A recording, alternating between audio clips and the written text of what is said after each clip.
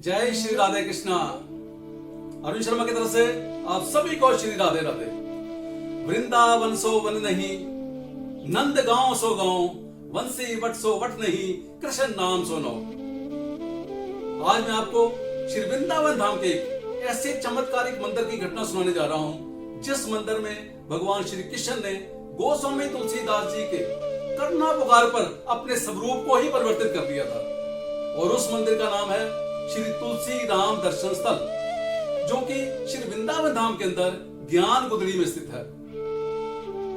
Story share करने से पहले मेरी आप सभी से रिक्वेस्ट है, यदि आपने मेरे चैनल को अभी तक सब्सक्राइब नहीं किया तो प्लीज मेरे चैनल को सब्सक्राइब कीजिए, मेरी वीडियो को अंत तक देखिए।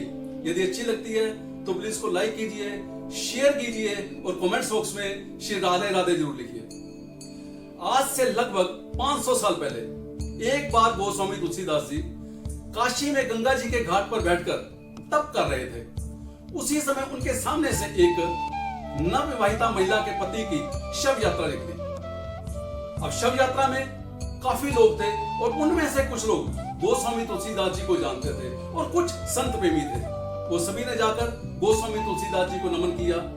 उस समय वो महिला जिसके पति की मृत्यु हो चुकी थी, उसने भी जाके गोस्वामी तुलसीदास जी को नमन किया। गोस्वामी तुलसीदास जी ने सहज भाव से उसको कहा कि अखंड सौभाग्यवती हो। वो महिला जोर जोर से रोने लग गई और कहने लगी कि हे संत पुरुष, आपने मुझे आशीर्वाद तो दे दिया, लेकिन मेरे पति की तो मृत्यु हो चुकी है और मैं उसके साथ अब सती होने जा रही हूँ। गोस्वामी तुलसीदास जी ने थोड़ा रुके और सहज भाव से कहा कि देवी, मेरे को मेरे प्रभु राम ने जो बुलवाया मैंने बोल दिया, सो मेरे प्रभु राम भली करेंगे। और मैं भी यही कहता हूँ कि आप सब भी मेरे प्रभु राम का नाम जप कीजिए। अब जितने वहां पर लोग थे वो सब प्रभु राम का नाम जपने लगे। संयोगवश समझो या दैववश समझो, जिस विवाहिता पत्नी का पति मृत्युशैया पर था वो जीवित हो गया। और यह देखकर सारे के सारे दंग रह गए कि वो भी व्यक्ति राम राम करते हुए उठ गया। अब इस बात की चर्चा सारे के सारे एरिया में फैल गई। उस समय मुगलों का शासन था। यही चर्चा उस समय के मुगल शासक अकबर के पास पहुंची। अब अकबर ने अपने सिपाहियों को आदेश दिया कि आप गोस्वामी तुलसीदास जी को मेरे पास लेकर आओ।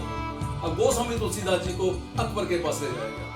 अकबर ने कहा कि मैंने ये चर्चे सुने हैं कि आप मुर्दों को जिंदा कर देते हैं, आप बहुत चमत्कार करते हैं, मैं भी आपका उस चमत्कार को देखना चाहता हूँ। गोस्वामी तुलसीदास जी ने हाथ जोड़कर कहा कि मैं कोई चमत्कार नहीं करता, चमत्कार मेरे सिर्फ प्रभु राम का नाम करता है, ना ही मेरे पास कोई ऐसी शक्ति है। अकबर ने कहा कि मैं जानता हूं तुम चमत्कारी हो, लेकिन तुलसीदास जी ने कहा कि मैं कोई चमत्कार नहीं करता, मैं हकीकत में कह रहा हूं, जो भी चमत्कार होते हैं वो सिर्फ मेरे प्रभु राम के नाम पर होते हैं। इस पर अकबर को क्रोध आ गया। अकबर ने अपने सिपाहियों को आदेश दिया कि तुलसीदास को जेल में डाल दो। अब उस समय तुलसीदास जी बिल्कुल मुस्कुराए और उन्होंने कहा, यही है सो राम रची राखा, को करी तर्क बड़ा वही साका। वो कोई गड़गड़ाए नहीं, ना वो रोए। उन्होंने बल्कि उस आने वाली समस्या को अपनी तपस्या के अंदर कन्वर्ट कर लिया। जब उनको जेल में डाला गया, जेल में बैठकर उन्होंने अपने प्रभु राम का ध्यान किया। उसके बाद उन्होंने प्रभु राम भगत हनुमान जी का ध्यान किया और वहीं पर बैठकर श्री गुरु चरण सरोज रज, जो कि रामचरितमानस के अयोध्या कांड के मंगलाचरण में आता है, वहां से शुरू किया जय हनुमान ज्ञान गुण सागर। वो प्रतिदिन जेल के अंदर एक एक चौपाई लिखा करते थे। इसी तरह करते करते 40 दिन वो जेल में रहे और 40 दिन के अंदर उन्होंने 40 चौपाइयां लिखी। जिस दिन 40वीं चौपाई पूरी हुई, इस तरह हनुमान जी का चालीसा संपूर्ण हो गया।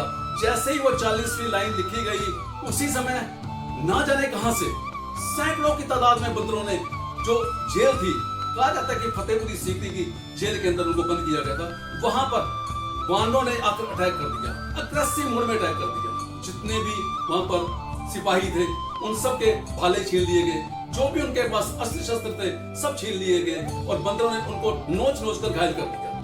ये खबर अकबर तक पहुंची कि ऐसे ऐसे बंदरों ने अटैक कर दिया है।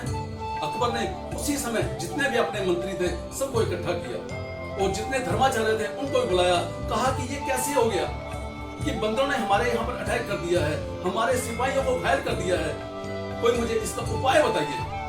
कहते हैं कि कुछ धर्माचार्य थे, उन्होंने कहा कि हे राजन, आपसे कुछ गलती हो चुकी है। तब अकबर ने सोचा कि मैंने आज से कुछ दिन पहले एक संत को जेल में डाला था।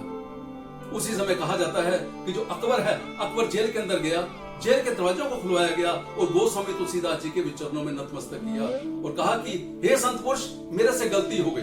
कहते हैं कि ऐसा कहने की बात थी कि उसी समय जितने भी बंदर आए हुए थे वो सब के सब चले गए। और तब अकबर ने एक हुक्मनामा जारी किया कि आज से कोई भी व्यक्ति राम भगत या हनुमान भगत को नहीं सताएगा, ना ही कोई अत्याचार करेगा। उसके बाद जब गोस्वामी तुलसीदास जी को वहां से विदा किया गया, उस समय गोस्वामी तुलसीदास जी श्री वृंदावन धाम में पहुंचे। अब इस बात की चर्चा सब जगह फैल गई कि गोस्वामी तुलसीदास जी तो चमत्कारी हैं, वो मूर्तों को जिंदा कर देते हैं। अगर कोई उनके ऊपर आंच आती है तो प्रभु राम के जो भगत हैं, उनके जो बांदर वगैरह है, वो उनकी आकर सहायता करते हैं। अब तुलसीदास जी ने जैसे ही प्रवेश किया ब्रजधाम के अंदर, वो तुलसीदास जी तो करें जय श्री राम, जय सीताराम।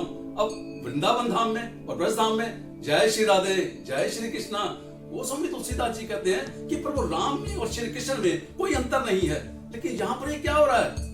तब उनके मुख से एक सहजा निकलता है, कहते हैं कि राधा राधा रटत है आक डाकिए रुखैर, तुलसी ब्रज धाम में काहे राम सोवैर। कहते हैं कि यहाँ सब बंदे राधे राधे जप रहे हैं। अब ये कहकर वो आगे यमुना जी में गए, स्नान किया, उसके बाद ज्ञान गुदरी में पहुंचे। ज्ञान गुदरी में पहले भी अपनी वीडियो में जिक्र कर चुका हूँ, श्री वृंदावन धाम का एक बड़ा पवित्र स्थान है। ज्ञान गुदरी वही स्थान है जहाँ पर देवऋषि नारद मुनि जी ने भक्ति माता को, जिनके पुत्र ज्ञान और प्रज्ञा थे, उनको दर्शन दिए थे। दूसरा, इसी स्थान पर गोपियों के साथ उद्धव जी का संवाद हुआ था। अब वो जैसे ही वो वहां पर पहुंचे, उस समय मंदिर के जो पुजारी थे, उनका नाम है परशुराम देवाचार्य।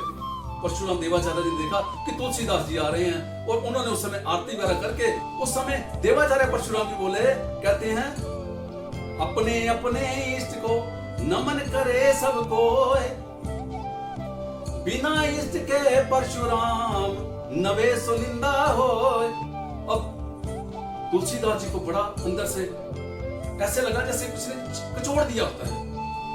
अब शब्द ऐसे कटाक्ष थे, लेकिन वो कुछ नहीं बोले, सहज रहे, क्योंकि उनको पता है कि प्रभु राम और श्री कृष्ण एक हैं। उन्होंने सहजता से ही जो भगवान श्री कृष्ण और राधा जी का मंदिर है, उस मूर्ति के आगे खड़े हो गए और हाथ जोड़ कर विनय करने लगे। कहते हैं, कहा कहूं छवि आपकी भले बने हो नाथ, तुलसी मस्तक नवत है जब धनुष बाण लियो हाथ। कहते हैं कि इस करुण क्रंदन पुकार को सुनकर जो मेरे ठाकुर जी हैं, भगवान श्री कृष्ण हैं, उन्होंने उसी समय अपने हाथ में जो मुरली थी उसको त्याग दिया, जो सिर पर मोर का पंख का मुकुट था उसको भी त्याग दिया और उसी समय अपने हाथ में धनुष बाण लेकर खड़े हो गए और सब देखकर दंग रह गए।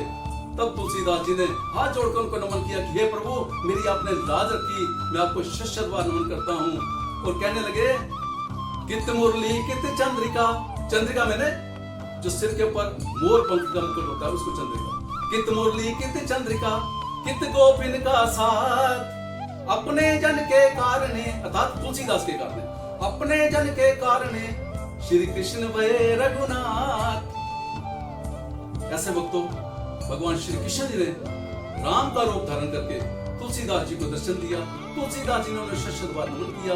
फिर उसी मंदिर के साथ में ही उन्होंने अपनी भजन स्थली बनाई और वहां लगभग 6 महीने तक गोस्वामी तुलसीदास जी ने तप किया, जो कि आज भी भजन कुटीर वहां पर मौजूद है। और वहां से वो काशी में गए। वहां से लगभग 3 साल बाद उन्होंने श्री रामचरितमानस की रचना की, जिसको कि लिखने में 2 साल 7 महीने और 26 दिन का समय लगा, जो कि आज हर घर के अंदर पठन और पाठन होता है। ऐसे संत पुरुष गोस्वामी तुलसीदास जी के चरणों में मैं बारंबार नमन करता हूँ, शत नमन करता हूँ। जय श्री राम, जय सीताराम, जय श्री राधे, जय श्री राम। यदि आज की मेरी वीडियो आपको कैसी लगी, अगर अच्छी लगी है तो प्लीज को लाइक कीजिए, शेयर कीजिए और कमेंट बॉक्स में जय श्री राधा, जय श्री कृष्ण जरूर। धन्यवाद।